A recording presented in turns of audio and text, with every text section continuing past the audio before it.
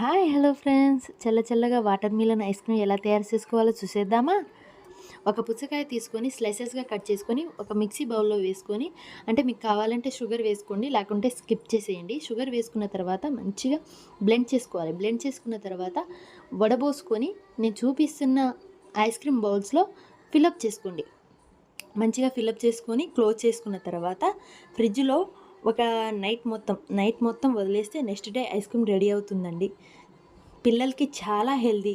అంటే బయట chemical ice creams కొనిపించడం కన్నా ఇంట్లోనే ఇలా హెల్దీగా తయారు చేసి పిల్లలకి పెట్టండి. మా సోను పాప ఇప్పుడే స్కూల్ నుంచి వచ్చిందండి. స్కూల్ నుంచి రాగానే మమ్మీ ఐస్ క్రీమ్ అన్నది.